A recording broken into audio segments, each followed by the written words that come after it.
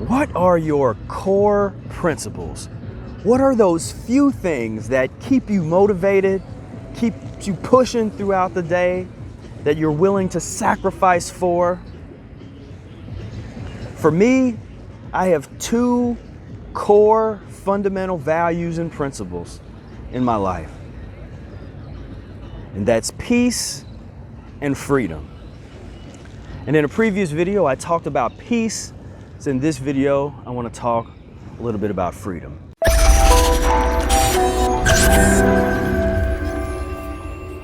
And first, I must say that your principles will not necessarily be mine. This isn't something where you can say, oh, that sounds good. Yeah, peace and freedom. I like those words.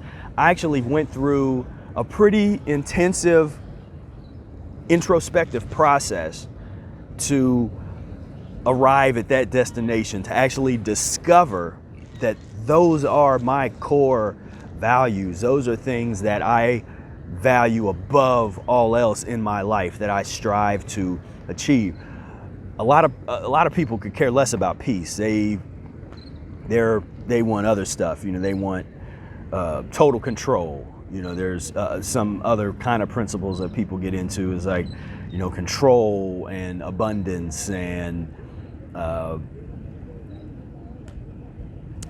acceptance, and the kind of acceptance into groups of people, or self-acceptance or whatever. But I'm just kind of riffing on.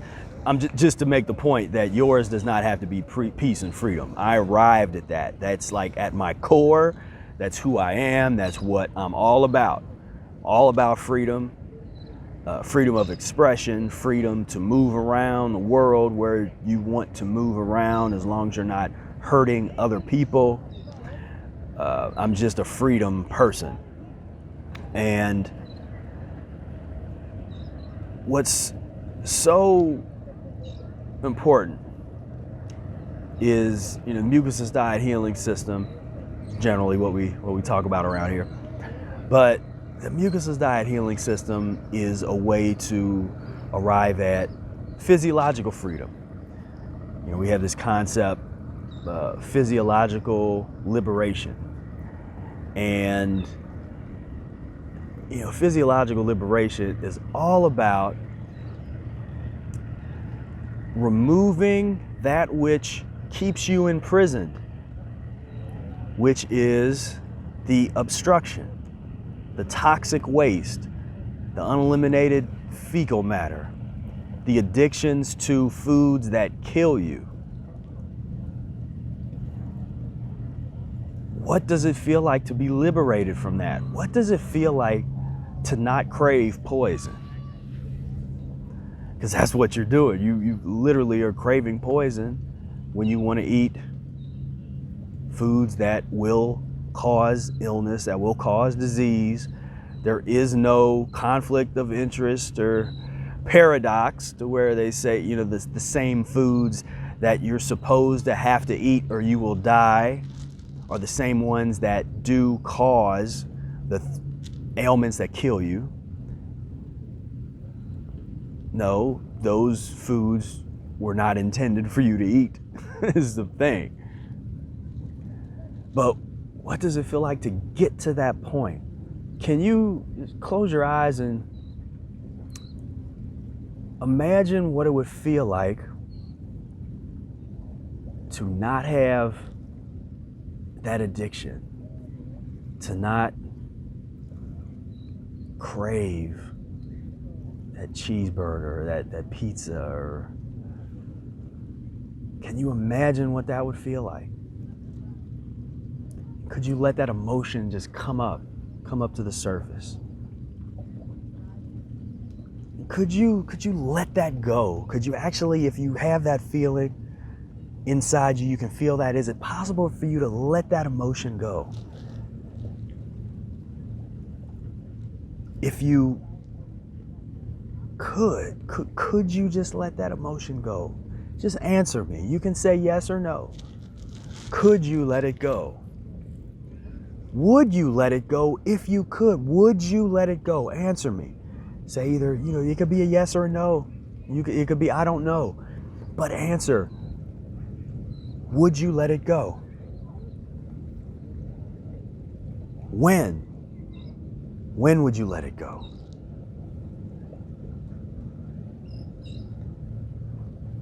Now, if you were following along and gone on this little journey with me, after the when, you can have a release, and you can start to feel lighter. And if you start to go through this process more and more, where it's really exploring your emotions. There's a lot of disciplines that do this.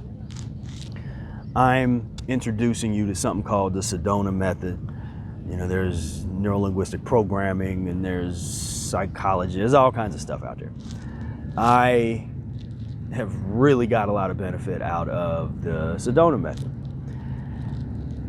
And it allows you to look internally and really explore these emotions. Like, how do you feel? For so often, we ignore how we feel. We have been taught by society to suppress our emotions. Don't express yourself. Don't show that you're sad. Don't show that you're too happy, unless you do it in the predetermined, acceptable places. So Friday night at the club, when you're drunk off your ass, that's acceptable. When you're in the bar, you're in the steakhouse, that's acceptable. But that's this societal control mechanism that's trying to tell you when and how you can be happy. And I'm saying that true freedom means you don't need stimulation to be happy. You don't need dead carcass eating. You don't even need the fruit. You don't need the juice. You need the air, though. You need that air.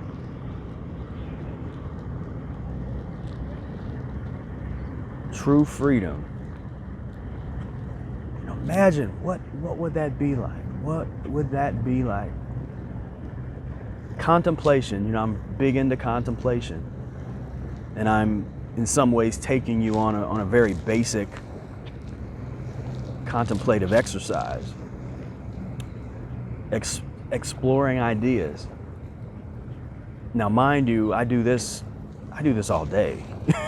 When I'm not talking to people, or I'm not, you know, I'm constantly, this is how my mind works. I'm constantly exploring ideas. I don't always do it out loud for people. So this is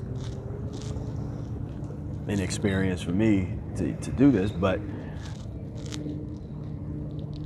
contemplation and contemplating freedom, meditating on freedom. What would it feel like to, you know, as I look out here over the ocean, I'll show you.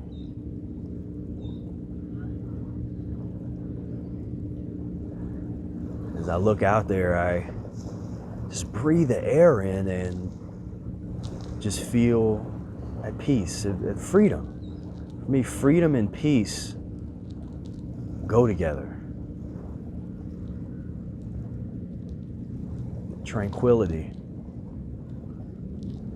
It's like an 8, you know, a connection.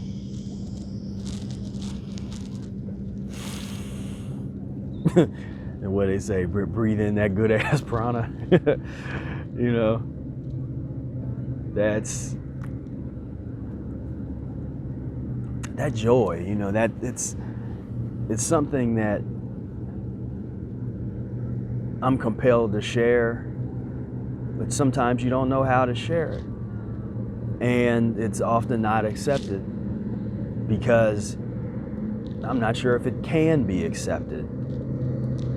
Perhaps it can be admired, but can it be accepted? I'm not sure. because that's something that each person has to experience. Now, I think it can be by other people that experience it. It can be identified and kind of like, yeah, like I see you. You got that vibe. It's a vibration. Freedom to, for a lot of people, they're stuck in the money mindset where it's sort of a lack, lack mindset, and there's realities out here, and that's a whole other analysis of the economic situations that we have and economic structures and class structure, and there's those rabbit holes that you can go down. And to me, there's nothing wrong with going down them and having fun with them if you can. But there has to be, in my opinion, a kind of a third-party perspective where you can actually step back outside of your circumstances, outside of your situation, and objectively look at everything as an observer. To be a third-party observer of your own reality. See, when people are totally wrapped up in the drama of their lives, and not to say that I get wrapped up in my dramas, believe me, I don't know anybody that doesn't. Even some of the folks out here in these, in the ashrams, and the monks and the people in the monastic lifestyles, they find ways to turn their situation into a drama of their own invention. Until you, and I don't think there's anything inherently wrong with that, as long as you can keep a portion of that consciousness outside of that, outside of the drama, outside of the chaos. You keep that, you keep a connection to that part of yourself. That's like that your real self that's inside you. Stay connected.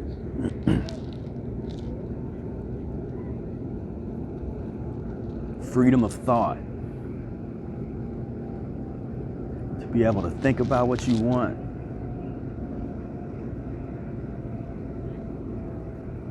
But to have the capacity to do so, that's it's not just like, think about what you want. It's like, okay, well, I want to think about porn. I want to think about doing, it's like, well, it's about the capacity to think beyond what you've been taught and what everybody else around you is thinking. Step outside of that box. Be extraordinary. Have an extraordinary mind. Because you can do it. But it takes that contemplation. Thinking. Think through simple things, simple ideas. What seems simple at first until you start to really break it down. Freedom, peace, tranquility, culture, society, all the constructions. We've constructed so many things as humans. We've constructed concepts of race. We've constructed social systems, class systems, economic systems, government systems. We've constructed so many systems. In some ways, we are a systems creating species. We create systems. And those who create the best systems tend to be the ones that are most successful in our constructed system. And so for me, instead of trying to fight McDonald's and the Walmarts of the world and the Amazons and these kinds of people, it's first you observe that the reason they're so successful is not because they're demonic or they have some kind of inherent evil. They have the best systems,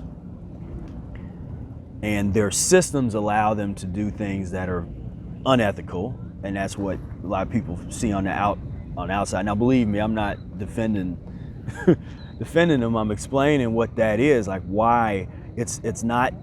You know, people want to, when something's really successful, people want to act like it's like there's some hidden agenda, there's some other reason why this stuff got like it's like, no, they just developed their systems. Amazon built for 15, 20 years, they've been building systems. They start with basic systems and they just kept building on top of it. Walmart, systems. The whole so-called turnkey revolution when it comes to franchising, as really, you know, pioneered by the whole McDonald's experiment. You know, it's just systems, and people are willing to, if it's convenient, you know, people are willing to pay their couple bucks and go get, you know, the richest people in the world. Warren Buffett, he talks about his quarter pounder with cheese, whatever it is he eats, his McDonald's nonsense. So now we're talking, you know, then we get into a consciousness thing. There's a clip of him talking about health, and that shows you that just because you're rich does not mean that you are like, that you got it all together. He could, you know, someone slip him a Mucusless Diet book, you know, he could, then people will say, well, he's older, he's doing fine. I'm like, all right, well, some people can, some people's physiology permit that, but yours might not. So some people can eat like that, and even though, I mean, he's looked like the same age for a long time. So like he looked older, and then now he's older, but he's like, when he was younger, he was already looking kind of older, you know, which is, I think in that clip, he was talking about basic, like we can't control the aging process. We can't control our health if, you know, we can't control viruses. We can't control if something's in somebody's genetic, their family, you know, it was like that sort of standard nonsense, people that don't know anything about real healing. And that's what's fascinating, you know, all the money in the world, but there's the lacking, and it shouldn't even be surprising to us, but it is, because we're conditioned to believe in and put on a pedestal people that have created the systems that have enabled them to become monetarily successful. You know, that's the way in which we draw value in our society, as opposed to, you know, my value system is very different, because I'm into the people that I'm really have that kind of feeling about are people that have developed, you know, just that wonderful peace. You know, there's nothing wrong with, you know, nothing wrong with money, because like I said, that's systems. It's if you put your time and energy into developing the best systems on the planet, you will be rewarded. And you should be, because I think, you know, we're you know, if you can create something that helps other people do whatever it is they want to do, you know, you're going to be rewarded for that if you set it up properly with the right systems.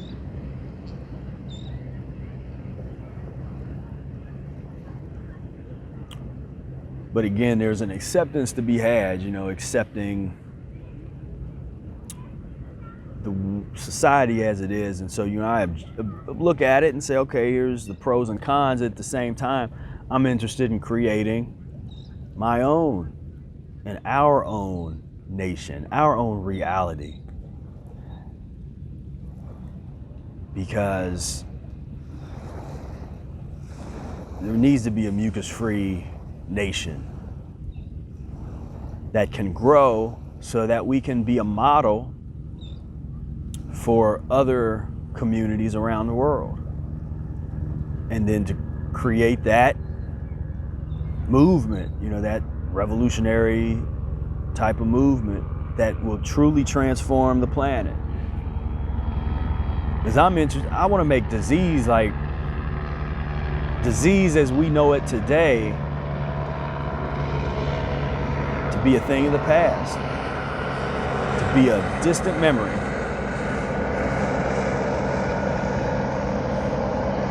And it can be and it will be if we really stick to the process. So freedom, unobstructed. That's really what it's about. Being unobstructed. Unobstructed in your life and your relationships as much as you can be. It's something to strive for. It's not just that you think it and wow, poof, like magic. You work for it. But it first has to be a desire. It has to be a value, at least a value. Some people don't like the word desire, but I mean, just, you know what I mean. It's got to be something that you want, that makes sense, that you want in your life. If your life is chaos and chaotic, then you got to take steps to remove the chaos, remove the obstruction. Chaos is obstruction.